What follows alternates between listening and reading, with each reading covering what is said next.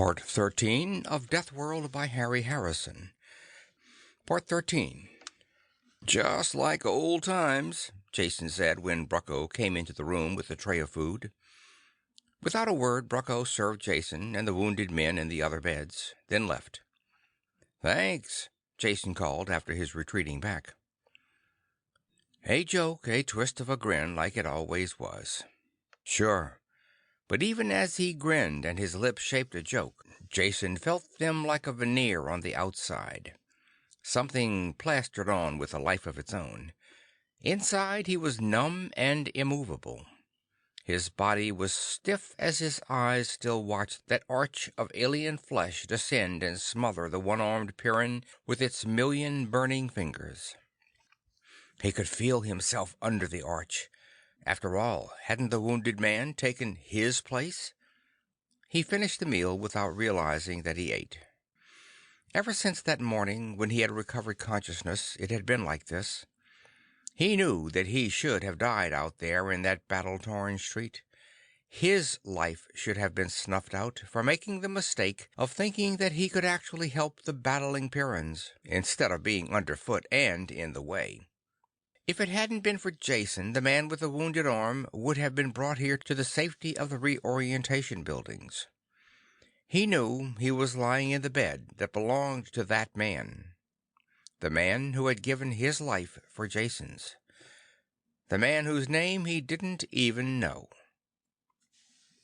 There were drugs in the food, and they made him sleep. The medicated pads soaked the pain and rawness out of the burns where the tentacles had seared his face. When he awoke the second time, his touch with reality had been restored. A man had died so he could live. Jason faced the fact. He couldn't restore that life, no matter how much he wanted to.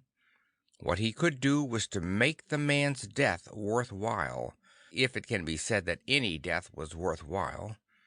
He forced his thoughts from that track. Jason knew what he had to do. His work was even more important now. If he could solve the riddle of this deadly world, he could repay in part the debt he owed. Sitting up made his head spin, and he held to the edge of the bed until it slowed down. The others in the room ignored him as he slowly and painfully dragged on his clothes. Brucko came in, saw what he was doing, and left again without a word. Dressing took a long time, but it was finally done. When Jason finally left the room, he found Kirk waiting for him. "Kirk, I want to tell you—" "Tell me nothing!" The thunder of Kirk's voice bounced back from the ceiling and walls. "I'm telling you. I'll tell you once, and that will be the end of it. You're not wanted on Pyrrus, Jason dinAlt. Neither you nor your precious off-world schemes are wanted here. I let you convince me once with your twisted tongue. Helped you at the expense of more important work. I should have known what the result of your logic would be. Now I've seen. Welf died so you could live. He was twice the man you will ever be." "Welf? Was that his name?" Jason asked stumblingly. "I didn't know—" "You didn't even know." Kirk's lips pulled back from his teeth in a grimace of disgust. "You didn't even know his name, yet he died that you might continue your miserable existence." Kirk spat as if the words gave a vile flavor to his speech, and stamped toward the exit lock. Almost as an afterthought, he turned back to Jason. "You'll stay here in the sealed buildings until the ship returns in 2 weeks. Then you will leave this planet and never come back. If you do, I'll kill you instantly." "With pleasure." He started through the lock. "Wait!" Jason shouted. "You can't decide like that. You haven't even seen the evidence I've uncovered. Ask Meta—" The lock thumped shut, and Kirk was gone. The whole thing was just too stupid. Anger began to replace the futile despair of a moment before. He was being treated like an irresponsible child, the importance of his discovery of the log completely ignored. Jason turned and saw for the first time that Brucko was standing there. Did you hear that? Jason asked him. Yes, and I quite agree. You can consider yourself lucky. Lucky? Jason was the angry one now. Lucky to be treated like a moronic child with contempt for everything I do? I said lucky, Brucko snapped. Welf was Kirk's only surviving son.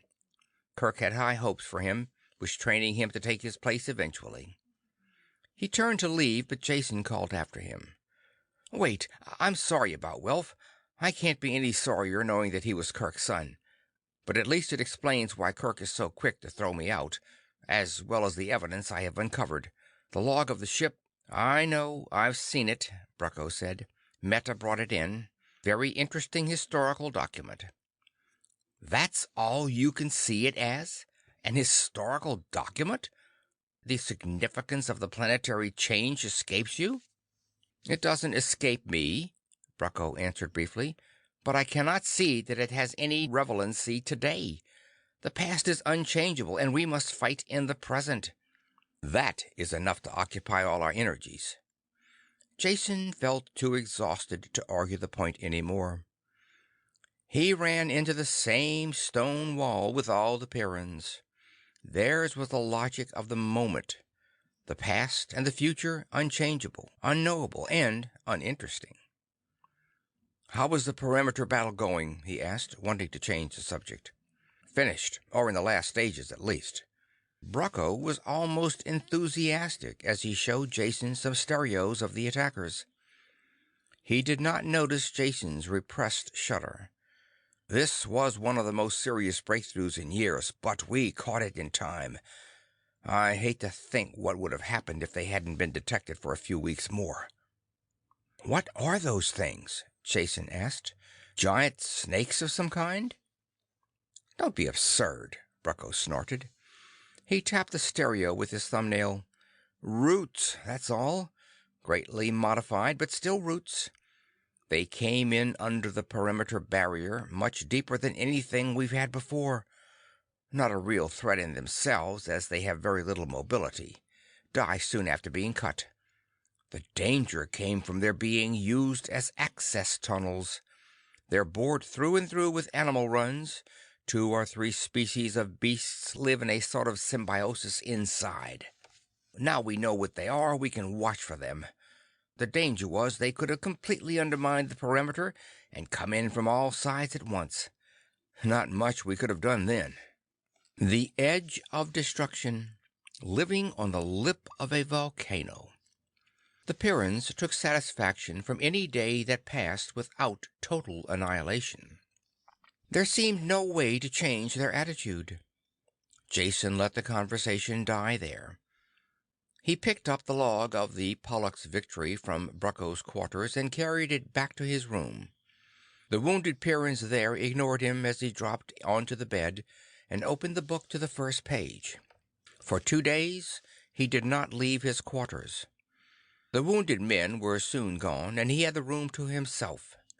Page by page he went through the log, until he knew every detail of the settlement of Pyrrus. His notes and cross-references piled up.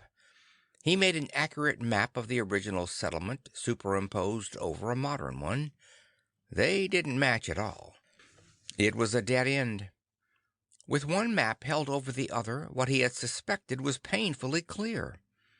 The descriptions of terrain and physical features in the log were accurate enough. The city had obviously been moved since the first landing.